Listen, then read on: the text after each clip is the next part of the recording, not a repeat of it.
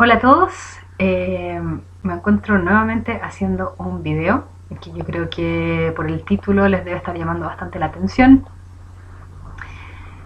Eh, bueno, lo estoy haciendo básicamente porque conozco mucha gente y hay muchos amigos también que ya no viven en Valparaíso, que ya no viven en la ciudad y yo tampoco, eh, pero que me encantaría poder contarles todo lo que ha ocurrido en mi vida en los últimos 7 meses. Y es bastante imposible, la verdad, porque el tema no es corto, hay muchos detalles bastante importantes y además también como para que quede como registro para todas esas personas y a lo mejor se pueda compartir con todas aquellas personas que se puedan ver directamente afectadas en verdad por el tema, así como lo fui yo, como lo estoy siendo yo. Eh, no sé si alguno de ustedes, yo sé que alguno de ustedes sabe, pero no sé si todos, de que hace unos 6 meses atrás mi papá se unió a una secta que cree en el fin de los tiempos, y se fue a vivir en el medio de la montaña de San Fernando hacia la cordillera en un container con 3 personas más y un montón de comida. Entonces, cuando eso ocurrió, a mí me dio ataque al pelo y me fui. Me tomé un bus y me fui para allá y llegué hasta ahí arriba y lo fui a ver. Entonces lo que ocurrió en el momento en el que yo lo fui a ver fue que, bueno, esta mujer que era como la líder de la secta que se llama Magali Palominos, ella decía de que canalizaba la voz de Dios, ¿ya? Como la voz de Dios, como que se comunicaba directamente con Dios. Y bueno, la cosa es que yo lo fui a ver y vi que mi papá estaba muy afectado, en verdad. Más allá de cómo yo lo haya visto, lo importante de la situación fue de que en los momentos en que ellos oraban, hacían oración, yo tenía que salir porque no estaba permitido que yo estuviese en el mismo lugar. Entonces en un minuto yo salí y ellos se quedaron orando y en el container en donde estaba yo podía ver, pero no puedo decir que lo vi con mis ojos, sino que lo pude ver como con mi corazón, son otros ojos, unas sombras del suelo, que del suelo se metían al container. Y en el momento en que terminé, y fue tan potente y tan horrible, la verdad, era que yo no me pude mantener físicamente cerca del lugar donde ellos estaban haciendo eso. Tuve que caminar cerca del río. Esto quedaba justo en la bifurcación donde están las termas del Flaco. Porque era tan horroroso, en realidad, lo que estaba sintiendo. Tanto así de que yo había llevado una mochila para quedarme como un mes, como para tratar de convencerlo de que bajara y todo, y no me pude quedar más, me quedé un día. Llegué un día y al otro día me fui, más o menos a la misma hora que había llegado. No me dio para más.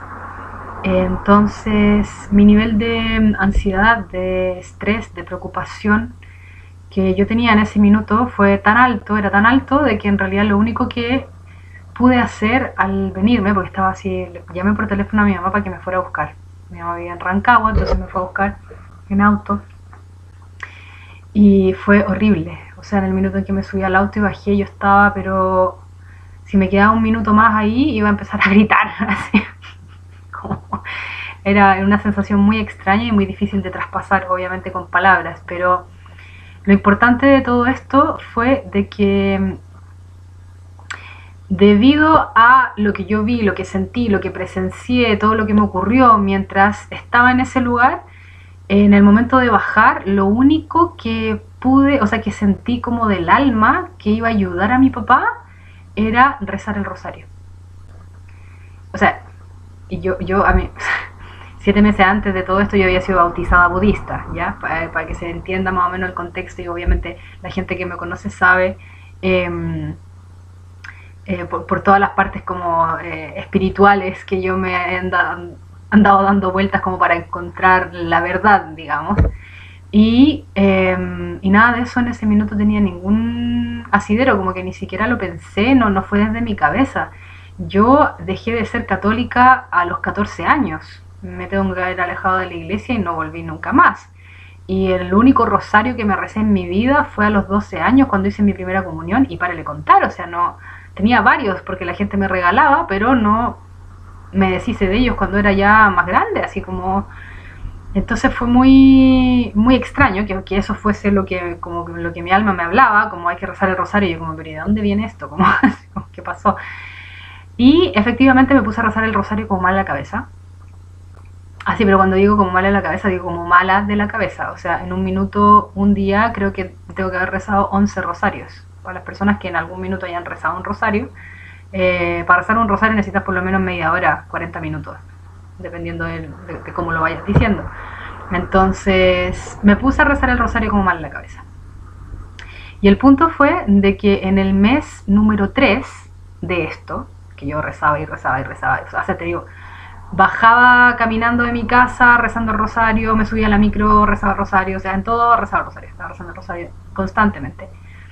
Eh, Menos cuando me encontraba con gente y cosas así, pero en general, en mi vida cotidiana estaba rezando el rosario constantemente. Y yo rezaba el rosario por mi papá, o sea, rezaba el rosario para que mi papá pudiera como abrir sus ojos y darse cuenta de que lo que él consideraba como una mujer que se comunica con Dios era una mujer que realmente se estaba comunicando con un ángel caído, porque ese es el tema. El tema es de que bueno, eso es harta información, pero el tema en este caso es de que cuando se habla del espíritu maligno o de un ángel caído, es efectivamente un ángel. Por lo tanto, que sirve a la parte como negativa de la vida, al mal, en verdad.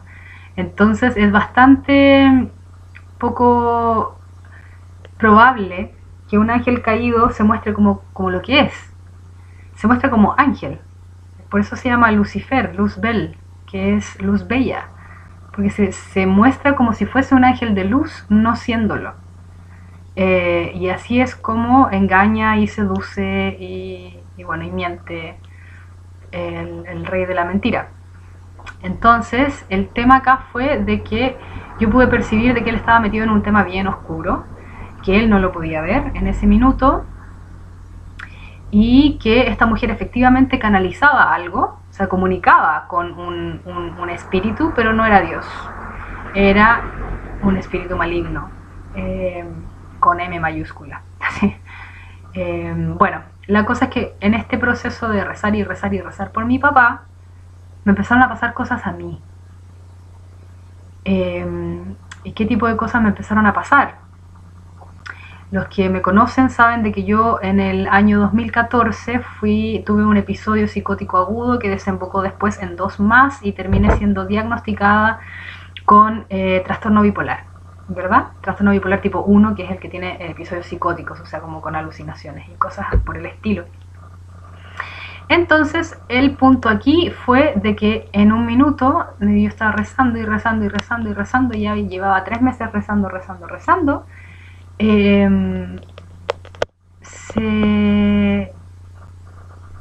empezó a ocurrir la misma sensación y las mismas ideas y la misma opresión, las mismas características de lo que vendría o habría sido un episodio psicótico agudo, con la diferencia que yo ahora tenía una herramienta, y la herramienta que tenía era el rosario. Entonces, en el minuto en que empezaban a venir todos estos pensamientos de que tenía que salir corriendo porque todos me iban a matar, porque estaba todo mal, porque no sé, me iban a hacer una cantidad de cosas horrorosas si no salía corriendo, yo me ponía a rezar el rosario y se iba, y me dejaba tranquila unas 2 horas más o menos, y luego volvía, muy fuerte. Y esto empezó ya durante un mes completo, empezó a tomar ya otra calidad y otros tonos, en el sentido de que se transformó en una lucha espiritual. En ese minuto yo no tenía idea de lo que estaba haciendo, no tenía idea de lo que me estaba pasando tampoco. Tenía un pequeño indicio por lo que había visto ahí arriba en la montaña con mi papá, pero no, ahora lo puedo contar y tiene sentido, y me hace mucho sentido en retrospectiva, porque en el minuto en que esto me estaba ocurriendo yo no tenía ni idea de demonios. O sea, en mi familia, claro, yo crecí en una familia católica, pero en mi familia nunca se habló de Satanás. en mi familia se hablaba de el bien, en mi familia se hablaba de las cosas buenas, no se hablaba del mal. Entonces yo no crecí como con una idea de que era el infierno, por ejemplo, no, nada, o sea, esas cosas no estaban dentro de mi inconsciente, digamos, como, o dentro de mi memoria infantil, para nada. Entonces, lo que empezó a ocurrir fue que esto se puso súper difícil y muy álgido, porque en el momento en que yo empecé a batallar con el rosario, esta sensación de episodio psicótico agudo, pero que nunca llegaba a ser un episodio psicótico porque yo estaba rezando, cosa que no había hecho así desde los 12 años. Y lo que empezó a ocurrir fue que yo llegaba a la mitad del rosario y empezaba a tener la sensación, me hacía sentir, ya porque tiene nombre, me hacía sentir que tenía que dejar de rezar el rosario, porque si seguía rezando el rosario me iba a dar un ataque al corazón y me iba a morir. Y yo seguía igual, así como batallando con mi propio miedo, con mi pavor, con mi terror, con todo lo que estaba sintiendo en ese momento, que fue absolutamente horrible. No hay palabras humanas que puedan describir cómo lo estaba pasando yo en ese momento. Las personas que estaban alrededor mío no eran muchas, y no se daban cuenta tampoco de lo que estaba ocurriendo, porque como yo estaba constantemente rezando, lo podía mantener a raya, podía pretender de alguna manera que estaba todo así como normal y bien, mientras por dentro estaba constantemente rezando y luchando para que esta cosa se fuera, ¿no? Y llegó un punto en donde yo sentí que tenía que ir a misa. O sea, yo he ido a misa a los matrimonios y a los funerales. Así, eso ha sido como mi incursión en las misas de la vida. Y sentí que tenía que ir a misa. Algo en mí me decía que tenía que ir a misa, que tenía que ir a misa, que tenía que ir a misa. Y fui a misa. Y ahí yo ya empecé a entender un poco mejor de qué se trataba todo este tema, porque fue absolutamente inesperado y horrible lo que me ocurrió en misa. Yo recuerdo haber estado así ya, pero en un nivel de angustia muy alto antes de llegar, no sabiendo si tenía que llegar o no, si tenía que ir o no, como que todo esto era una batalla, o sea, yo lo cuento así como hiladito, pero era una pelea, cada decisión, cada cosa que yo quería hacer era una pelea porque no sabía qué tenía que hacer. Y la cosa es que llegué a misa, me acuerdo que fue ahí donde los franciscanos, en el Cerro Barón, y me fui para allá a misa y me senté en la misa y yo quería comulgar. Yo había ido para allá y quería comulgar, me había confesado antes incluso, y llega el momento en donde se hace la consagración del Santísimo Sacramento del altar, que es la hostia, y en el momento en que el sacerdote está haciendo la consagración de la hostia, a mí se me revolvió el mundo. Ahí me di cuenta de que no era yo, que había algo adentro de mí, y que no era una cosa mental, ni que era una cosa como de mi psicología, ni que me estuviese diciendo cosas, estaba en mi cuerpo, específicamente en mi hígado. Me empezó a apretar el hígado, como casi a morderlo, como así, y toda mi sensación era de que no tenía que ir, de que el sacerdote estaba maldito, de que lo que me iban a dar era de Satanás, de que era todo que iba a ser un veneno para mí. Y yo, sabiendo que era lo que necesitaba, que yo necesitaba comulgar, no me dejó pararme del asiento. Y eso se repitió durante una semana, en que yo iba a misa y trataba de comulgar y me era absolutamente imposible pararme del asiento, porque estaba completamente petrificada. No podía pararme e ir a comulgar. Entonces, el tema fue de que yo ahí ya empecé a sentir que me estaba volviendo loca. Empecé a sentir que me estaba volviendo loca, que esto era así ya, que iba mucho más allá de mí, que no lo iba a poder contener y no podía respirar, y además sentía que tampoco le podía contar a nadie, porque yo ya estaba entendiendo que las connotaciones que tenía esto eran connotaciones sagradas, como una aversión a lo sacro que solo se da en lo opuesto. Entonces yo sabía y sentía que si le decía algo a Felipe, a mi mamá, a las personas que estaban alrededor, o gente que me conoce, lo primero que iba a ocurrir es que me iban a agarrar de un ala y me iban a llevar al hospital, porque estaba teniendo otro episodio psicótico agudo. Entonces, ¿qué se iba a hacer como su diagnóstico? O sea, estamos hablando de una persona que ya ha tenido episodios psicóticos agudos y que han tenido esta connotación de la lucha entre el bien y el mal. Entonces era obvio para mí y evidente que si yo le contaba a cualquier persona que me amara, lo primero que iban a hacer era llevarme al hospital. Y yo sabía que eso era lo menos que yo necesitaba. O sea, en ese minuto lo que yo sentía que necesitaba era un exorcista. Lo sentía como muy profundamente, casi que no lo podía ni siquiera decir, pero yo sabía de que el hospital no era la respuesta, que esto tenía otra, que iba por otro lado, que se estaba empezando a mostrar o a demostrar desde otro punto de vista. Entonces el tema acá fue que obviamente no le dije a nadie, pero yo ya no aguantaba más. No aguantaba más, o sea, estaba en un estado alterado total, o sea, sentía pavor, no sé, de las 24 horas del día 13, el resto estaba tratando de dormir, entonces estaba siendo como acechada, acosada, sentía una opresión horrible. Y en un minuto yo que estaba sintiendo que me iba a volver loca, absolutamente loca, por una cosa, no es de instinto, sino que yo podría decir solo que es del alma, agarré la Biblia y la abrí en cualquier lugar. Y me aparece justamente una parte de la historia en donde, no sé si es Juan y Pedro, pero son dos discípulos de Jesús, que vienen de vuelta y le dicen, maestro, no hemos podido sacar este demonio y no sabemos por qué. Y Jesús les dice, lo que pasa es que esta clase de demonios se saca solamente con mucha oración y ayuno. Y yo dije, ayuno, yo no he ayunado, tengo que ayunar. Y fue como la respuesta, así como ya esto va a funcionar, voy a estar bien.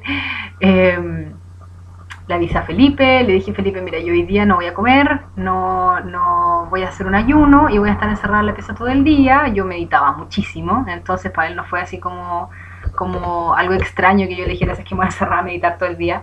Claro, yo no estaba meditando, iba a orar. En ese minuto todavía decía meditación porque casi me daba vergüenza decir que en realidad lo que estaba haciendo era orar. Y la cosa fue que me encerré, ese día desde muy temprano en la mañana hasta que el sol se fue, en la pieza sin comer y sin tomar agua. Y lo único que hice fue rezar el rosario así non-stop. O sea, uno tras otro, uno tras otro, uno tras otro, uno tras otro, uno tras otro. Y siendo acechado, o sea, y teniendo esto en mí, así como era una batalla campal que yo no sé cómo poder ponerla en palabras para poder describir lo angustiante y horrible que fue. Pero lo que terminó ocurriendo con esto fue de que en un minuto yo terminé en el baño de la pieza, arrodillada, estaba terminando de rezar uno de los muchos que recé ese día, pero esto ya era tarde, estaba a punto de atardecer. Y estaba terminando de rezar un rosario, y en el minuto en que lo terminé y voy a empezar el otro, que ahora en este momento yo ya estaba escuchando así que golpeaban las puertas, como ya era todo así cada vez más cerca, más opresivo, más oscuro, más negro, más así horrible, sentí una mano que me tomaba detrás de mi cabeza y me empujaba hacia adelante. Entonces yo estoy arrodillada en el suelo del baño y esta manito, que ahora, así mirando en retrospectiva, entiendo que fue mi ángel guardián, literalmente, me puso en una posición de postración, como se ponen los musulmanes, porque yo ya estaba arrodillada. Entonces me tomó de acá, me hizo hacia adelante y terminó mi frente topando el suelo. Y en el minuto en que eso ocurrió, al pitufo, mono, bicho, llámenle como le quieran llamar, demonio que tenía adentro, no le gustó para nada. Yo no tenía idea de lo que yo estaba haciendo en ese minuto, pero no lo estaba haciendo yo tampoco. Entonces, o sea, a mí jamás se me habría ocurrido ponerme en esa posición a rezar, como, o sea, no era algo que yo tuviera en mi conciencia, como o sabido. De hecho, nunca he rezado así, no.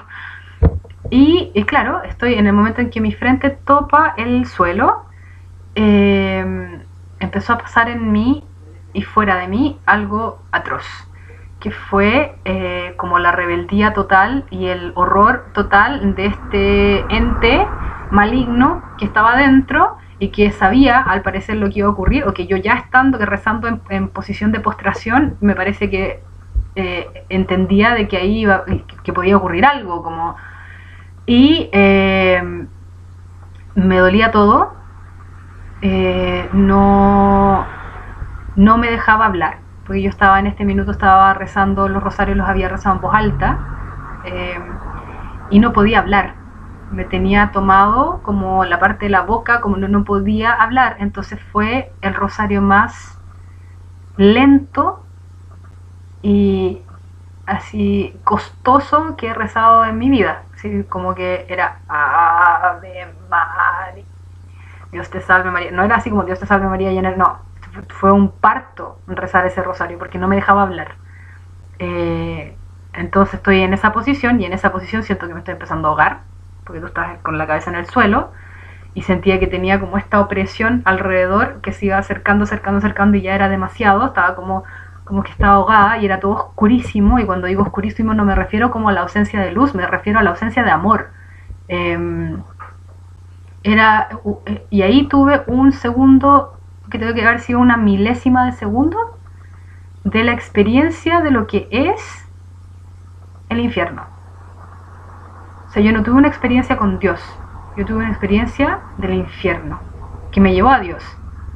Eh, pero ese lugar, si yo me hubiese, porque yo no puedo decir que yo vi visiones de cómo es ese lugar, no lo vi con mis ojos físicos, yo fue dentro, desde esta experiencia en adelante, todas las experiencias que he tenido han sido como conocimiento que me ha llegado directamente al corazón, que no pasa por mi cabeza, no ha pasado por mi cabeza, por mi intelecto, ni por nada de eso. Ha pasado directamente hacia mi corazón y fue como que cada una de las células de mi cuerpo estuviesen sintiendo cómo era ese lugar.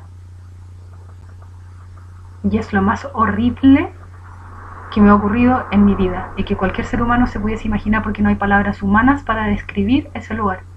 Es un lugar en donde no hay ni una gota de amor. Y no tan solo eso, sino que imagínense lo más perverso que se pueden imaginar, así como, pero perverso, así sórdido, mal, mal, perverso, perverso, perversión, y elevarlo a 10.000. Eso era ese lugar. A cualquier lugar que tú miraras, en cualquier dirección en la que te quisiera, era eso, rodeado de eso, completamente eso y nada más que eso. Y era eterno. Por siempre, para siempre y por siempre. Eterno, eterno, eterno, eterno, eterno, eterno, eterno. Y yo creo que tiene que haber sido una milésima de segundo, y para mí yo me hubiera quedado en ese lugar un segundo más y les juro por Dios que me hubiese explotado el corazón de puro pavor. Porque no hay otra manera de... No habría podido. No es humanamente... es algo del alma. Entonces el cuerpo no lo puede entender. Bueno, el alma tampoco probablemente, pero es algo sutil, entonces no tengo ninguna otra manera de explicarlo. Y bueno, en el minuto en que se fue esta sensación, que fue increíble porque fue al mismo tiempo en el que yo estaba terminando el rosario, me quedaba la última bolita y hay gente que reza después el Gloria y el Salve y ya está. Y en el minuto en que yo estoy terminando ese rosario, con la frente en el suelo, y que había sido un parto, y que había, o sea, es que era yo nunca he tenido hijos, pero yo creo que, no sé si se describirá bien el decir que había sido un parto, pero fue horrible, fue absolutamente horrible, y lo único que yo sabía era que tenía que terminar de rezarlo, que no podía parar y que no podía equivocarme. No podía equivocarme con las pelotitas, no podía equivocarme con la cuenta, no podía equivocarme con nada, y lo tenía que hacer bien. Y además de eso, estar siendo literalmente acosada, tanto mental como físicamente, por algo que no es del mundo físico. Y en el minuto en que terminé, en el minuto en que estoy rezando el último, la salve, no sé si fue la salve o el Dios te salve María, en ese momento, cuando estoy terminando de rezar, empiezo a tener la sensación de que toda la piel de la espalda se está levantando, ¿ya? Lentamente. Y en el minuto en que esto se empieza como a levantar, así como cuando la cola fría se pega, era como esa sensación como cuando la cola fría se seca y uno como que la agarra así, ya, pero físico. Sentía como que toda la piel de mi espalda se estaba estirando y de repente sale una cosa que yo no la vi, por suerte. Yo no la vi, pero la sentí. No la vi con mis ojos, la sentí. Y era, la única manera que puedo describirla era como uno de estos dinosaurios que existían antes, que los muestran que tienen alas, que son como las gárgolas, pero no son gárgolas, ya, de ese tipo, de ese estilo, pero del porte de mi casa. Mi casa tiene 3 pisos. Horrible. Horrible. Y eso había salido de mi espalda,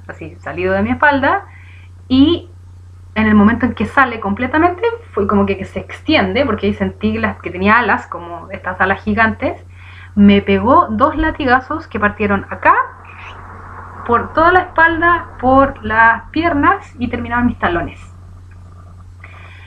Y anduve 2 semanas con la sensación de tener las carnes abiertas. Obviamente era una sensación, porque si yo miraba mi cuerpo no tenía nada, no tenía ninguna marca de nada, pero fue a nivel espiritual. Entonces cuando eso ocurrió, yo aparte de estar súper adolorida y no entendiendo nada, porque en este minuto ya estaba tan alterada, que llevaba un mes luchando con esta bestia, y que no sabía si había salido o no. Ahora que lo miro para atrás, es como evidentemente salió, así como que ahora que entiendo un poco más, que he estudiado un poco más el tema, que me he metido, claro, sí, dolor físico, salió, está claro que salió, pero yo en ese minuto no sabía. No estaba convencida y era tal el nivel de pánico que había alcanzado al visitar ese lugar en donde habitan estos seres, que no pude tener la certeza, y aunque lo hubiese tenido, quería estar súper segura de que esta cosa había salido de mí, porque yo ya no aguantaba más, o sea, yo me iba a volver loca. Si yo seguía así, yo ya no sabía qué iba a hacer. Entonces en ese minuto me acordé de que mi mamá me había presentado hace unos años al único exorcista de Chile.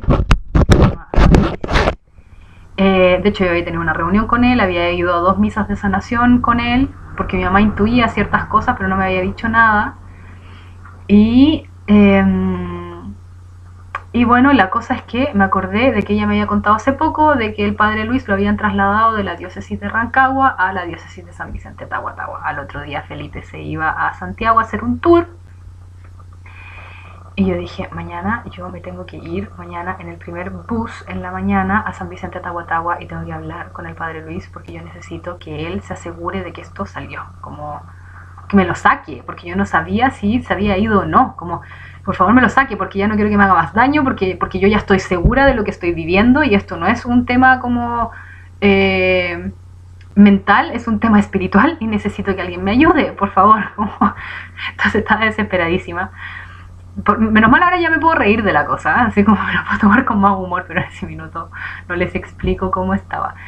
Y salí de la pieza y me acosté, bueno, después de comer y todo. No comí, mentira.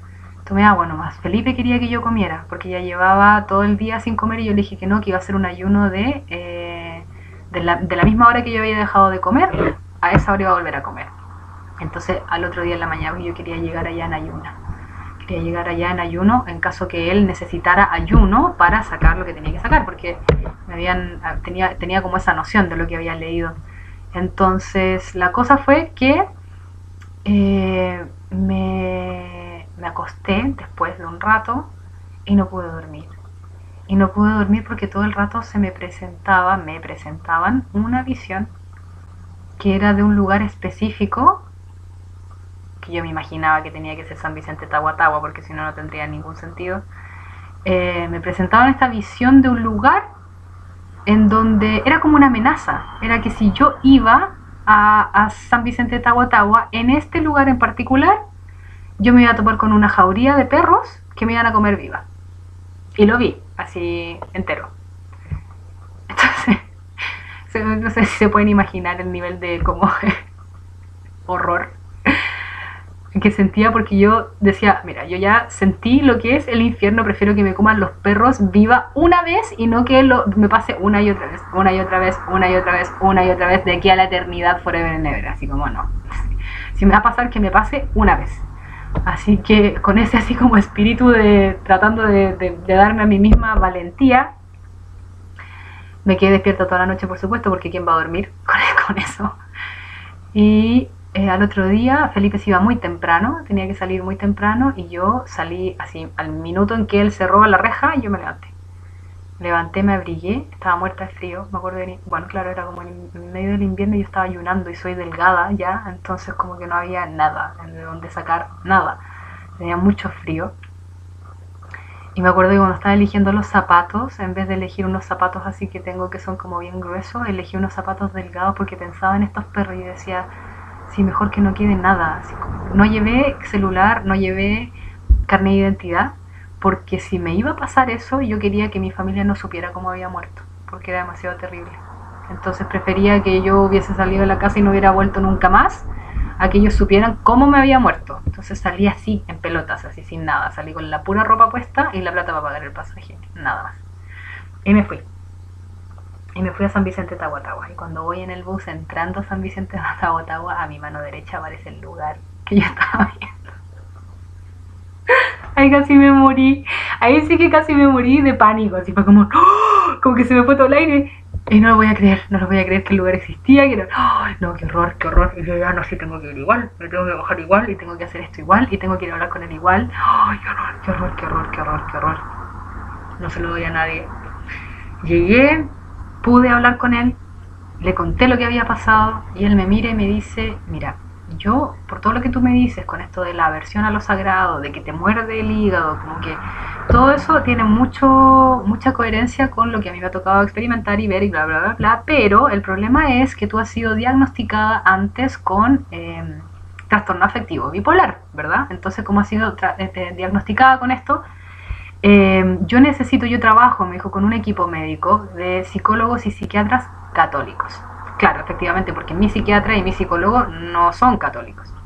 Entonces me dijo, yo trabajo con un equipo médico. ¿Por qué? Porque un psiquiatra católico puede diferenciar y discernir y ver qué es la enfermedad mental y qué es la parte espiritual. Como si no es un psiquiatra creyente, no va a poder verlo. Todo lo va a tirar como que fuese una enfermedad mental. Así que me pasó un papelito con 5 nombres de los cuales yo podía elegir a quién quería ir a ver en Santiago, para que me hiciera una evaluación psiquiátrica y ver qué pasaba con eso. Me pasó el papelito, yo me fui absolutamente decepcionada, porque yo sí me sentía horrible y no sabía si esto había salido o no. Entonces la sola idea de subirme al bus y volver a Valparaíso y que se me apareciera otra vez, así como en la cotidianidad, me daba pavor. Entonces casi como que en ese minuto estaba enojada con el padre, así como él lo vio y no me lo quiso sacar, o como una cosa así. Recuerden que llevo un día entero sin comer, no, en este punto ya llevaba 2 días sin comer y casi 2 noches sin dormir. Entonces ya mi nivel de alteración era bastante alto, entonces estaba como, claro, estaba viendo al padre como que era casi, no negligente, pero como que casi trabajaba para el otro lado, casi. Era como, no, él lo vio, no me lo quiso sacar, bla, bla, bla. Ya, llegué a la casa, comí, dormí, descansé y desperté y no había nada, nada. El miedo, ese pavor, ese pánico que me provocaba este ser, esta bestia, este ente, como ustedes le quieran decir, se había ido, efectivamente. No había pavor, no había pánico, no había nada, estaba todo en silencio, tranquilo. Estaba todo tranquilo y fue como, oh, ya, ay, qué bacán. Así como que estaba muy, muy, muy alegre. Y obviamente yo seguí rezando por mi papá. Entonces seguí rezando y seguí rezando y seguí yendo a misa. Y aquí me empecé a dar cuenta de que había salido el mono más grande, que era el que me provocaba los episodios psicóticos agudos, porque si los que me conocen se acuerdan, el primer episodio psicótico agudo que yo tuve fue cuando vino un alemán a mi casa, y cuando lo vinieron a sacar de mi casa, él tenía arriba en la pieza, tenía todo dispuesto como que hubiese hecho un rito. Entonces yo tengo que haber salido corriendo porque este mono gigante que salió ese día en el baño se me tiene que haber metido con el rito que este alemán hizo en la casa sin que yo supiera. Porque tenía de todo para hacerlo, un rito mágico. Esa fue la primera vez que yo tuve un episodio psicótico agudo. Estaba este hombre acá en mi casa durmiendo conmigo y yo salí así corriendo despavorida, como que hubiera visto un demonio, literalmente. Como para tenerlo en cuenta. Entonces, después lo que ocurrió es que, claro, yo estaba yendo a misa, estaba haciendo cosas, pero me daba cuenta de que cada vez que hacía algo bueno, algo como, no sé, como ayudar a alguien en la calle o no sé, como ir a misa, querer comulgar, me seguía mordiendo, pero más chiquitito, porque en un minuto llegué a tener el hígado como inflamado y afiebrado, efectivamente, pero ya estaba normal, pero de todas maneras seguía sintiendo de que había una pequeña como que me seguía mordiendo el hígado cuando hacía estas cosas en particular, como cosas que no le gustaban al pitufo, no sé, al bicho. Y la cosa fue de que me empecé a dar cuenta que tenía que en particular no me molestaba en el tema del miedo, ni del pánico, ni del pavor, pero sí se metía en mis decisiones. Cuando quería tomar alguna decisión, me nublaba la cosa, como que me daba vuelta la tortilla, como yo no sabía si eso estaba, como si lo que tenía que elegir era eso o es lo otro, mucha duda, mucha incertidumbre con respecto a las decisiones, era bien molesto. Y en un minuto, como yo ya estaba investigando todo el tema porque quería saber sobre los exorcismos y los exorcistas y el Padre Amor, y como miles de cosas que uno se encuentra gracias a Dios por internet, de repente me encontré con un video que nada que ver, porque mi tía Patti me había hablado mucho sobre un lugar que se llamaba Medjugorje, que es como la última aparición de la Virgen María, fue en ese lugar. Entonces yo estaba como viendo cosas sobre, como que puse Medjugorje para buscarlo y me aparece una mujer, una monjita que se llama Sor Emanuel.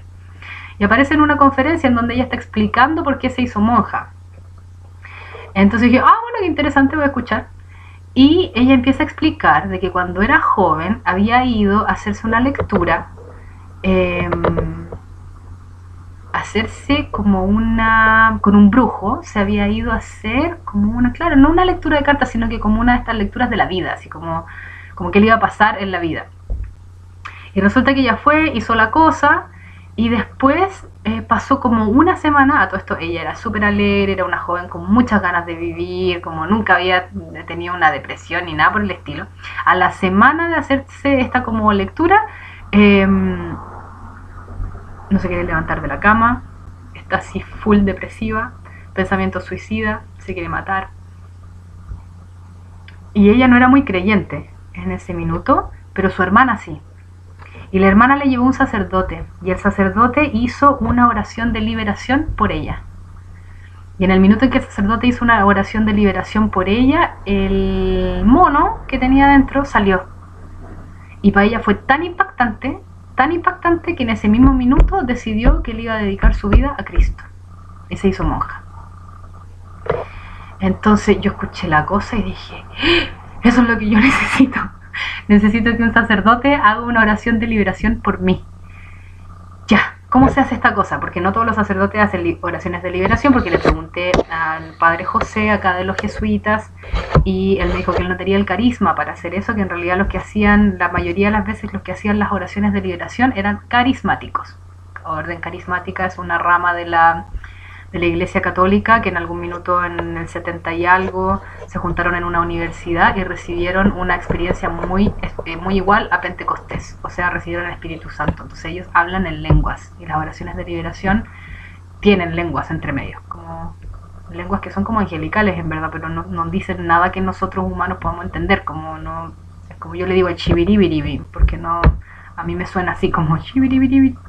Bueno, la cosa es que vi la cosa y agarré el computador, busqué dónde estaban los carismáticos en Valparaíso y me comuniqué, llamé por teléfono, me contestó don Rubén al otro lado y me dice, pero qué buena suerte que llamó justo ahora, porque en 5 minutos más nosotros nos juntamos todas las diócesis de la quinta región, tenemos una reunión. Y así como, sí, muchas gracias. Entonces él me dijo, yo le voy a encontrar a un sacerdote que haga una oración de liberación por usted. Así, pero allá en el cielo, como, ¡ay, qué alegría! Por favor, ayúdenme. Y efectivamente fui a la parroquia San Benito a hablar con el padre y el padre me dijo que sí, que él podía hacer una oración de liberación por mí, que volviera el día martes a las 5:30. Fui para allá el día martes y se puso a hacer la oración de liberación por mí. Y en el momento en que él está haciendo una oración de liberación, se está hablando, de hecho, entre medio también estaba el exorcismo de San Miguel, que yo lo estaba haciendo todos los días. Pero entre medio de eso, él se puso a hablar en lenguas. Yo en ese minuto no tenía idea que eso significaba hablar en lenguas. Yo estaba sentada y él empezó a como cantar como un ángel y yo no sabía qué estaba haciendo, pero el mono sí. Porque me empezó a hinchar pelotas, así pero horrorosamente. Me empezó, imagínense mis manos como si tuviera espinitas de la rosa, ¿ya? En mis deditos, así como si me estuviera exprimiendo el hígado con eso, así como con púas. Me tiritaban las piernas, se me movían los brazos, o sea, me dolió un montón. El sacerdote terminó de hacer lo que tenía que hacer, dejó de cantar en lengua y siguió hablando nomás. Se me quitó todo. O sea, reaccionó solo en el minuto en el que el sacerdote estaba hablando en lenguas, que es el Espíritu Santo que habla a través de él. En ese minuto quedó la escoba. En el minuto en que él dejó de hacer eso, yo volví a la normalidad. Y terminó la oración y me dijo, mira, la próxima semana a las 7 de la tarde va a haber una misa de sanación con un sacerdote carismático que está muy especializado en este tema. Te invito para que vengas. Entonces yo le di las gracias, obviamente, le agradecí por su tiempo y todo. Y ¿cuánto se llama? Yo me di cuenta de que obviamente no había salido, porque lo sentía, lo seguía sintiendo. Entonces dije, ok, voy a venir. Y fui. Y las misas de sanación, no sé si las conocen, pero básicamente se hace la bendición de los sacramentales, se consagran, que es el agua, el aceite y la sal. Quedan como agua exorcizada, aceite exorcizado y sal exorcizada. Dije agua, sal y aceite, ya. Y al final de la misa se hace una imposición de manos en donde se da una bendición. ¿Ya? Entonces cuando yo me acerqué al sacerdote para que me diera la bendición, caí como en un desmayo, que no es un desmayo en verdad porque tú no estás inconsciente, estás 100% consciente de tu cuerpo y de todo lo que está pasando. Ellos le llaman el descanso del espíritu. Yo no tenía idea de que así se llamaba. Lo había visto, sí, porque había ido con mi mamá a una misa de sanación antes, muchos años antes. Y la cosa es que en el minuto que estoy en el suelo me pongo a llorar, pero así como a llorar los dolores del universo, así como de todo el planeta Tierra, como lloraba y lloraba y lloraba y lloraba con tanta pena, lloraba y después me paré y me senté en la butaca donde yo estaba y seguí llorando, así hacia abajo, con la cabeza mirando hacia abajo. Después abajo había una pocita de agua de mis puras lágrimas. De mis puras lágrimas, ¡ay, qué manera de llorar! Y ahí yo me di cuenta, o sea, no me di cuenta ahí, sino que ahora en retrospectiva entiendo de que ese era mi alma llorando, era el dolor de mi alma, como se sentía como que fuera del universo completo, pero era de mi alma. Y bueno, eso pasó en la primera misa. Este sacerdote venía durante una semana acá entre Valparaíso y Santiago, iba a estar haciendo retiro, hizo un retiro en Santiago y después acá iba a hacer también retiro y misas de sanación. Entonces yo decidí obviamente seguirlo a las misas de sanación que él iba a hacer, que me fuese disponible. Entonces al otro día había otra misa de sanación que fue en Libertad con 5 Norte, ahí donde están las Carmelitas, esa iglesia como media gótica que hay ahí. Ya, me fui para allá y no me pasó nada, no caí en el descanso del espíritu, pero sí me sentí con mucha paz, con mucho amor, así como muy tranquila. Y después, la tercera misa a la que fui fue la misa en la parroquia Felipe Neri en Villa Alemana. Preciosa, me encantó porque tenía el altar en el medio, ¿ya? No lo tenía como en la esquina o atrás, sino que uno podía entrar por todos lados. Y esta misa fue muy particular porque había un cronograma, y el cronograma era primero 1 hora de confesión. ¿Ya? Entonces habían 4 padres, 4 sacerdotes confesando a toda la gente que venía. Había, además de eso, había después de la confesión había 1 hora de adoración al Santísimo, que es el Santo Sacramento del altar, la hostia pero gigante, expuesta, bueno, que es Jesús. Y después de eso venía la misa de sanación. Entonces lo primero que me pasó fue que yo llevaba una lista de cosas por confesar, ¿ya? Entonces veo al padre, en ese minuto no sabía quién era, pero veo al padre Roberto, lo veo ahí y dije, ya me voy a confesar con él. Estoy haciendo como entre la filita y todavía una señora adelante, nada, terminó ella y me voy a sentar, no a sentar, sino que a arrodillar yo frente a él. Él estaba sentado en una silla y me mira. Cuando yo me vengo acercando me mira y como que se echa para atrás y yo sentí de nuevo, no lo vi con mis ojos, lo vi con otros ojos, como que se hubiera metido él en un huevo de luz. Y yo dije, es el primer sacerdote que me mira y ve lo que yo sé que tengo dentro. Entonces dije, ya, yo me quiero confesar con él, quiero hablarle a él. Y me puse a hablar con él y le confesé todos mis pecados, todo lo que yo ahí tenía escrito en mi librito, que sentía que era importante hablar. Más allá de lo que pasó o no pasó en esa confesión, me fui para afuera a llorar porque sí fue muy potente. Y después volví, adoración al Santísimo, misa, la misa de sanación, los sacramentales. Yo había llevado 3 kilos de sal. y la cosa es que después, cuando ya termina toda esa parte y empieza la imposición de manos, yo decidí que iba a ir a que me impusiera las manos el padre Roberto, que era el que me había hecho la confesión y el que se había dado cuenta básicamente que yo andaba con monos, digamos.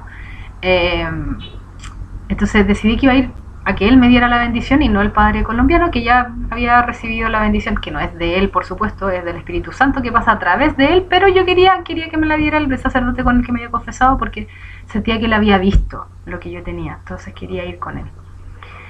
Y efectivamente fui y él me alcanzó solo a tomar la cabeza y a decir, déjenla en paz, salgan de ella. Y dice esas 2 frases y yo me caigo así, pero me caigo, ¿ya? Al suelo. Y empieza a ocurrir lo que yo solo podría describir como un episodio de epilepsia. O sea, los pies, las piernas así en el suelo, se me doblaban los brazos de manera que los brazos no se doblan. Fue horrible. Me dolía todo el cuerpo y tenía como esta cosa así como de... Me salían unos entre gruñidos y entre que querían ser gritos y no. Y yo cero control. O sea, yo estaba total y absolutamente consciente de lo que estaba pasando, pero no podía controlar lo que estaba pasando. ¿Ya? Y cuando empieza a ocurrir esto, yo tenía los ojos cerrados, por lo tanto no lo vi, pero me di cuenta después de que mucha gente, o sea, en esa iglesia debemos haber habido en ese minuto unas 150 personas, más o menos. En ese minuto se puso mucha gente alrededor mío a imponerme las manos y a orar. Y en eso alguien me toma con sus manitos, me toma la frente y como que me la echa un poco para atrás y ahí me sale un alarido que yo creo que se escuchó hasta la otra cuadra. Porque fue muy fuerte pero no fue un alarido como de dolor, así como de... No fue como un alarido como de miedo, eso. Fue como un alarido de tristeza, como de pena, de dolor así profundo. Y en ese minuto, cuando yo me pegué ese alarido, el sacerdote, el colombiano, llega así, pero en 1.2 segundos al lado mío y se arrodilla y me empieza a preguntar cosas al oído. Yo estoy así y me habla acá. Dice, ¿tú has participado alguna vez en alguna cosa de brujería? Y yo, sí. ¿Has participado alguna vez con Reiki? Sí. ¿Yoga? Sí. Terapia, flores de Bach, sí. Terapia alternativa, sí. Padre, siga, 18 años en todas, dígame, así como, por favor, vamos enumerando rápido, ¿qué es esto? Me dice, ok. Y cuando llegamos a lo del Reiki me dice, ¿tú diste mucho Reiki o recibiste mucho Reiki? Le dije, yo he dado mucho Reiki. Ya, me dijo. Como que me abrió las manos y me pasó, yo no estaba mirando, estaba con los ojos cerrados, pero tiene que haber sido como una esponja, si es que no eran como, no sé, como unos apósitos llenos de agua exorcizada, que se había hecho recién todo el tema de la exorcización del agua, de la sal y del aceite, y me las pasó por las palmas de las manos, y en el momento en que eso ocurre, sentí una liberación así, súper grande. Y después él me dice, ya, ahora repite después de mí, yo renuncio a el Reiki, sus prácticas, yo renuncio a las flores de la yo renuncio, y así. Y en un minuto me dice, ya, ahora yo necesito que tú digas, que repitas después de mí, Jesús es mi Salvador. Y en el minuto en que él dice eso, fue tan extraño, fue así una locura, porque en el minuto que me dice Jesús es tu Salvador, mi alma fue como que estuviera cantando así el máximo del aleluya, como este es el bálsamo que estaba esperando toda mi vida, pero yo no lo podía decir. No lo podía decir porque de repente cuando voy a tratar de decir Jesús es mi Salvador, siento como una mano acá, como que me hubiera sido así, ya, y no podía hablar. Y no lo podía decir. Y en ese minuto en que eso ocurrió, yo no entendía cómo, después entendí cómo porque mi mamá ha estado presente en los 2 exorcismos que he tenido hasta ahora, y ella me contó cómo es. Entonces, yo no sabía cómo el padre, el sacerdote en ese minuto, supo. Porque en ese minuto en que yo quise repetir y decir Jesús es mi Salvador y sentí esta mano acá, él inmediatamente tomó el mismo apósito con el agua exorcizada y me la pasó por la garganta. Y en ese minuto se me liberó la garganta y yo lo pude decir, de hecho lo grité. Y en el minuto en que lo dije, todo empezó a descender. Como que ya me tiritaban todavía las piernas, pero era mucho menos. Todo se empezó como a calmar, a calmar, a calmar. Después me tomó las manos, me paró y me miró seriamente, así muy seriamente y bien cerca. Y me dijo, yo necesito que tú vayas a ver a un exorcista, porque lo que tú tienes no va a salir aquí. Y así como, ok, ya fui a ver a un exorcista, pero me dijo que tenía que ir a ver a un psiquiatra, y él me miró de nuevo, súper seriamente, y me dijo, tú haz todo lo que él te diga. Y así como, ok, obediencia, ya, voy. Así como, eso voy a hacer. Y además me dijo, necesito que al padre Roberto, y ahí me supe que ese era su nombre, me lo mostró que era el que me había puesto las manos y que, con el que me había confesado, me dijo, él es de esta parroquia, yo necesito que tú lo antes posible le traigas a él todas las cosas que ocupabas en tu casa o afuera en tu trabajo, para trabajar con el Reiki, con el yoga, con todo. Necesito que le traigas absolutamente todo, él va a saber qué hacer con eso. Y me digo, ok.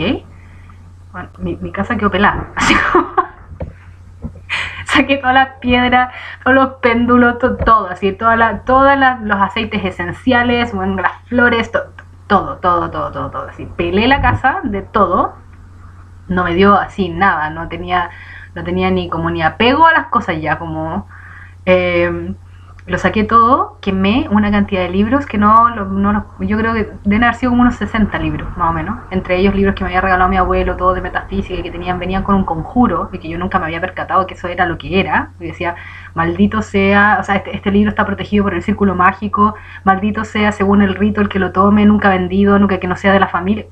¿Cachai? Y yo no cachaba que ahí había algo, y claro que sí, después entendí tantas cosas.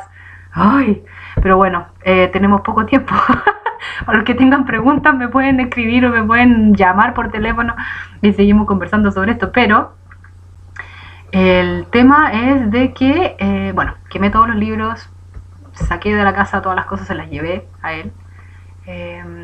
Y fui al psiquiatra, de la listita de los 5 psiquiatras que me había pasado el padre Luis. Elegí uno que fue siempre al que quería ver, porque siempre fue el primero de la lista el que me llamó la atención, porque se llamaba Pablo y era como un apóstol, y además, no sé, me tincaba que iba a ser así un buen psiquiatra. Y fue, pues, aparte fue maravilloso, porque me cobró lo que yo era, lo que no me cobró su costo, o sea, como su tarifa normal, sino que lo que yo pudiera pagar, ¿cachai? Como muy, muy consciente, así, un verdadero cristiano, así, de verdad. No, no de los que dicen que son, pero en realidad actúan al revés, no. Y bueno, la cosa es que fui a verlo y estuve con él 1 hora y media. Muy clever, así súper inteligente, muy amable, muy buena onda, y tenía una pizarra. Y él me empezó a preguntar, obviamente desde el desde el diagnóstico, el primer episodio, cómo fue, de qué se trató, cómo era todo así. Y fue escribiendo y fue haciendo como un cuadro sinóptico en su pizarra, a medida que yo le iba contando, y hubo otras millones de preguntas que me hizo. Llegamos al final de la 1 hora y media y me dice, bueno, yo necesito ahora 10 minutos, que tú salgas 10 minutos para yo poder así como hacer un resumen mental de todo lo que me has contado, todo lo que hemos conversado, nada, y ahí yo te cuento en qué estamos. Ya, súper, salí, después volví a entrar, me miró, me hizo un par de preguntas, me dijo dos o tres cosas más, y después me miró y me dijo, mira, ¿sabes? De todas las personas que a mí me ha mandado el padre Luis, tú eres la primera persona con la que yo tengo duda, porque tú lo tienes que ir a ver a él y no a mí. Y yo quedé así como... ¿Por qué? Porque eso es validación, porque yo ya sabía lo que me ocurría, ya tenía súper claro de que lo que tenía dentro era un demonio y que tenía que salir y que había entrado obviamente por varias razones, que son, ese es otro tema también muy importante de saber cómo entra un demonio en una persona. Y por todas las prácticas que yo había tenido y las cosas que había hecho, obviamente había dejado entrar no sé cuántos. Entonces, obviamente uno no lo hace creyendo que eso es lo que está haciendo. O sea, ninguna persona con sus 3, 4, 5 dedos de frente va a decir, mam, le voy a abrir la puerta a los demonios para que entren porque lo pasamos tan bien juntos. No, pero eso no es real. Pero, lamentablemente, con lo que termino acá es de que me dijo, ¿es tan así de que tú te vas a ir de acá de la oficina, te vas de acá de la consulta y yo inmediatamente lo voy a llamar por teléfono y le voy a decir que te dé una hora para que lo puedas ir a ver? Efectivamente eso fue lo que pasó. Me mandó a mí un WhatsApp diciendo que el padre Luis le había dicho de que yo me comunicara directamente con él para que me diera una hora, y me dio la hora y llevo 2 exorcismos en mi alma, no son de cuerpo, pero el cuerpo sufre, que no les explico cómo sufre. Después del primer exorcismo no me voy a mover, me tuvieron que llevar entre mi mamá y mi hermanito al auto, así, y estuve así en el auto hasta que llegamos a Rancagua, y así me quedé hasta el otro día, y el otro día estuve así porque lo único que podía hacer era masticar y tragar, nada más. No me podía el cuerpo, era como si hubiera corrido la maratón, hubiera hecho el triatlón y me hubiera caído de la escalera y me hubieran atropellado, como todo eso en una sola cosa. Así fue horrible, absolutamente horrible. Entonces, explicación, ¿cómo entra un demonio a una persona? Hay varias formas. Hay unas que yo no habría creído jamás, y si no me hubiera ocurrido y no me estuviese ocurriendo, porque todavía no sale, han salido 2 y no sé cuántos quedan. Yo no habría creído jamás lo que les voy a decir. Si yo hubiera escuchado a cualquier otra persona decir algo así, habría hecho así, así el manzorro está rayando la papa brígidamente. Bueno, sí, me está ocurriendo a mí, no me lo contó nadie, no lo vi en un video en YouTube, me está pasando a mí en mi cuerpecito y en mi almacita. Entonces, causas de entrada de demonios a un cuerpo humano: violación, aborto, relaciones sexuales fuera del matrimonio.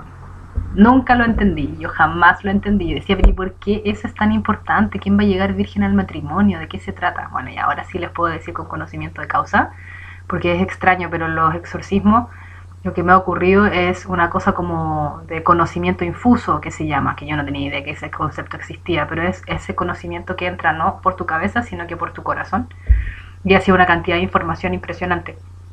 Entonces, el tema con las relaciones sexuales antes del matrimonio, o que no están bendecidas por el sacramento, estoy hablando de la religión católica, todo esto, del sacramento del matrimonio, ¿qué es lo que pasa? Que al final el sacramento del matrimonio, la mejor manera que tengo de explicarla para que se entienda, es que es un condón espiritual.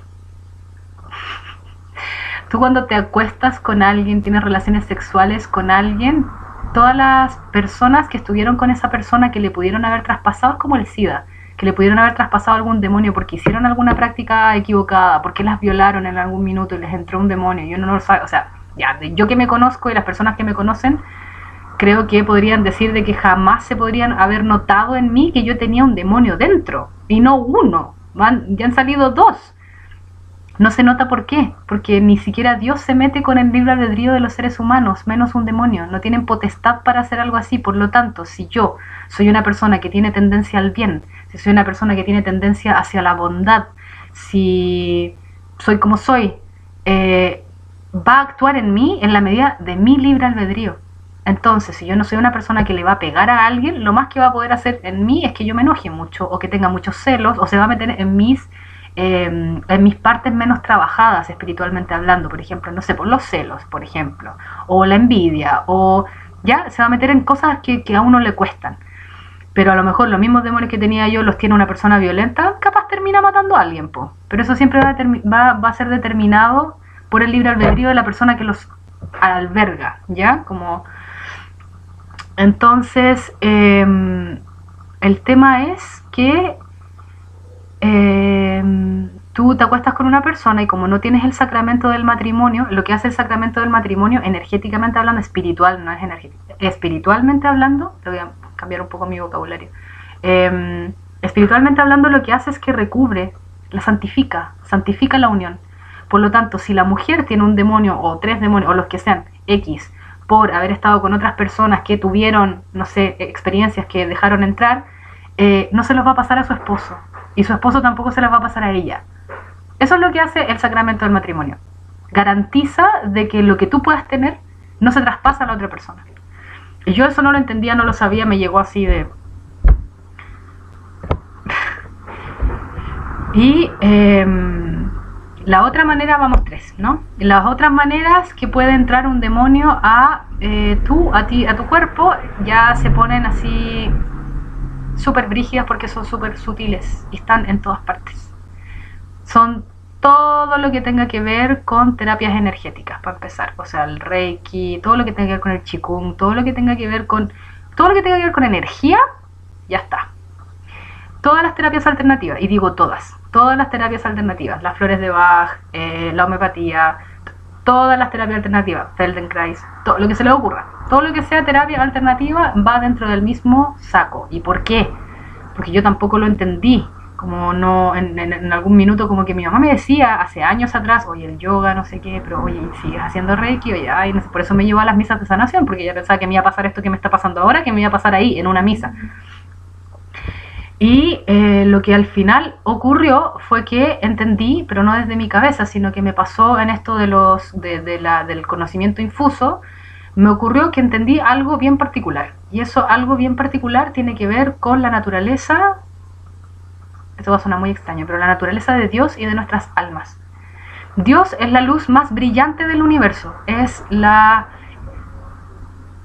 luz por excelencia, es primigenia, no hay nada antes. ¿Ya? Entonces tan brillante, tan increíblemente brillante, que el tema con nosotros los seres humanos y cuando la gente habla del juicio final, que existe, no es el juicio de un otro hacia ti, es de tu alma a tu propia alma. ¿Por qué? Porque resulta que nosotros necesitamos, en el momento en que tu alma sale de tu cuerpo, necesita una cantidad específica, así, brígidamente, casi matemáticamente específica de luz, para poder enfrentarse a la luz primigenia y no salir corriendo como una gallina, de verdad, así, literalmente. ¿Por qué? Porque es tan potente, es tan fuerte, es tan brillante que te quema. Entonces, para poder hacer esta unión, que es de volver al hogar, ¿no? Como volver a Dios, de volver a la casa, para poder volver a la casa hay que tener una cantidad de luz en el alma. Y la luz del alma se va perdiendo por distintas cosas, cuando uno miente, cuando lo que la gente le llama pecados, o lo que la iglesia le ha puesto el nombre de pecados, son las transgresiones que hacen que uno pierda luz en su alma. ¿Ya? Entonces tú vas perdiendo luz en tu alma cuando trataste a alguien mal, cuando le dijiste y así la vas perdiendo. Ahora, ¿cuál es el problema? Lo bueno de la religión católica es de que tú, en el sacramento de la confesión, lo que el sacerdote hace cuando te impone la mano y te absuelve es que te devuelve la luz que perdiste a causa de esas transgresiones que hiciste. Entonces es como un volver a empezar, y ahora lo hago mejor. Pero te devuelve la luz, porque no es el sacerdote, es el Espíritu Santo a través de él que te devuelve la luz. Y la cosa es que hay una parte de las terapias alternativas de que nadie nunca nos va a hablar, porque no se sabe, que tiene que ver con la transacción de lo que nunca nos van a hablar el ángel caído que la gobierna, porque ese es el tema. Cada una de las terapias alternativas tiene un ángel caído que la gobierna, y ese ángel caído se encarga de sacar la luz de tu alma para sanar la parte del cuerpo que necesita sanación. Entonces yo me tomo unas gotitas, por ejemplo, o no sé, quiero sanar mi hígado, y ese ángel caído va a decir, sí, yo te sano tu hígado, y rápido, porque las terapias alternativas son rápidas, te hacen sentir muy bien, uno siente efectos rápidamente, relativamente rápidamente, mucho más rápido que la naturaleza. Tú tomas no sé, pues tomas una semilla de tomate y la pones en el suelo, no vas a esperar comerte un tomate al otro día, o en un mes, ¿no? Eso no ocurre. Las terapias alternativas se caracterizan por ser bastante rápidas. Y la razón por la que lo son es porque el ángel caído que la gobierna, a cada una de ellas, lo que hace, y la transacción tránsfuga que hace, es de que efectivamente dice, ¿tú te quieres sanar el hígado? Perfecto, ningún problema. Yo te sano el hígado a cambio de la luz de tu alma. Chan, chan. Te va sacando luz de tu alma, y obviamente que te va a sanar rápido porque es la luz de tu alma. Entonces tú estás ocupando la luz de tu alma para sanar el cuerpo, que es algo que se va a morir igual, y resulta que la luz de tu alma es algo que no muere y que la necesitas, es absolutamente imprescindible. Entonces en el momento en el que mueras, si te has hecho muchas de estas terapias, tu alma va a estar absolutamente desnutrida, y cuando llegue el momento de enfrentarse con la luz primigenia, se va a morir de miedo. ¿Y a dónde te vas a ir a esconder? ¿Dónde te puedes esconder de la luz? En las tinieblas, po. Y el problema es que uno no lo piensa, el alma no lo piensa, solo lo hace, porque es la única opción que tiene. Entonces no es que te condene Dios. Uno no tiene lo que necesita tener para enfrentarse a él, por lo tanto nos da miedo y nos vamos a esconder a las tinieblas. El problema es que no sabemos de que en el momento en que llegamos a escondernos a las tinieblas no podemos salir, nunca más. Entonces la luz del alma hay que cuidarla. Cuando Jesús dijo, yo soy el pan de vida, yo por lo menos les puedo dar fe y testimonio de que sentada en esa butaca de la misa sin poder pararme y escuchando toda la barbaridad que estaba ocurriendo dentro mío, les puedo decir absolutamente sin ninguna duda que Jesús está ahí. En el minuto en que el sacerdote no pasa por el sacerdote, en el minuto en que el sacerdote toma la hostia y la sube y hace la consagración y pone las manos, es el mismo que baja. Su misma energía crística es la que baja a ese pedacito de pan, y eso te nutre el alma. Por eso los monjes católicos, van a misa todos los días, porque eso es luz para su alma. Es luz para su alma, y eso es lo que nosotros perdemos sin saberlo, porque nadie nos va a hablar de la transacción que hay entre el ángel caído o el espíritu maligno, como le quieran llamar, que gobierna a las terapias alternativas. Con todo lo que me ocurrió, lo que a mí me quedó en el corazón fue como la historia de cómo fue la creación. Y al principio Dios creó las virtudes, que nosotros le decimos ángeles y los antropomorfizamos, pero son virtudes. Entonces primero la sabiduría, el amor, la compasión, etc. Eso fue lo que fue creando. Ahora, si ustedes saben cómo se genera un cáncer en el cuerpo humano, el cáncer es una célula que se rehúsa a morir. O sea, una célula rebelde, o una célula que no deja que el curso natural de la biología tome parte en ella, ¿verdad? Entonces, como se revela y dice, no, yo no me quiero morir, se empieza a necrosar y empieza a necrosar a todas las células que están alrededor, ¿verdad? Cáncer. Entonces hace mal. Eso básicamente es lo que pasó con una de estas virtudes, y 1/3 de todas las virtudes que se crearon al principio. Su nombre era Samael, que significaba, me parece que era como el amado, el gran amado, porque era el único que se sentaba al lado del trono de Dios. Después se le cambió el nombre a Satanás, que es el traidor, el mentiroso. Y resulta que, claro, él es como una célula necrótica que no quiso morir. En este caso su rebeldía no fue que no quería morir, sino que quería ser como Dios, quería reemplazar a Dios. Entonces se necrotizó. ¿Y qué fue lo que pasó? Si estamos hablando de luz, de vibración, si es luz, Dios es la nota más alta del universo. Entonces Dios vendría a ser como un ¡ah! Eso es lo mío más alto, por supuesto. Yo creo que hay mucho más, pero no tengo una soprano al lado que me haga esta parte. Pero después, lo que le pasó a estas virtudes que se revelaron fue que efectivamente, como dejaron entrar una cantidad de mal dentro de ellas, o de mal pensamiento, de mala acción, de mal actuar, de mal querer, ya no pudieron vibrar ni brillar de la misma manera que Dios vibra y brilla. Por lo tanto, no podían cohabitar en el mismo espacio-tiempo. Pero no es que Dios le haya dicho, tú fuera Satanás. No, sino que vibratoriamente bajó. Por algo se le llama el ángel caído. Los ángeles caídos, porque se cayeron. Entonces el punto aquí es que hay una parte que no se conoce muy bien y no se entiende muy bien. Y que si no me hubiera pasado lo que me ha pasado, tampoco lo habría entendido yo nunca. Que tiene que ver con los espacios y tiempo, porque esto es muy física cuántica, los espacio-tiempo entre una y la otra. Entonces está el espacio donde está Dios y las virtudes, ¿ya? Que no es el mismo espacio-tiempo en donde está el jardín del Edén y tampoco es el mismo espacio-tiempo donde está la tierra. De hecho, el orden son tres, las tríadas, ¿verdad? Entonces está esta parte de arriba, está lo del medio, que vendría a ser el jardín del Edén, y está la tierra, que es lo último. Entonces, ¿qué es lo que pasa? Que cuando ellos se caen ¿a dónde? Se caen aquí, a la tierra. Y después nos caemos nosotros, con Adán y Eva. Nos caímos nosotros después por una tentación de una de las virtudes caídas, porque estaba envidioso y sabía y se dio cuenta que la única manera de vengarse de Dios era robarle almas. Entonces tienta al género humano y nosotros también caemos. No es que nos hayan desterrado del jardín del Edén, sino que nosotros también nos caímos de ese espacio vibracional porque ya no teníamos la condición para poder habitar lo que era ser muy puro. Como ya no éramos muy puros, también nos caímos. ¿Y nos caímos a dónde? A la tierra. Pero nos caímos después.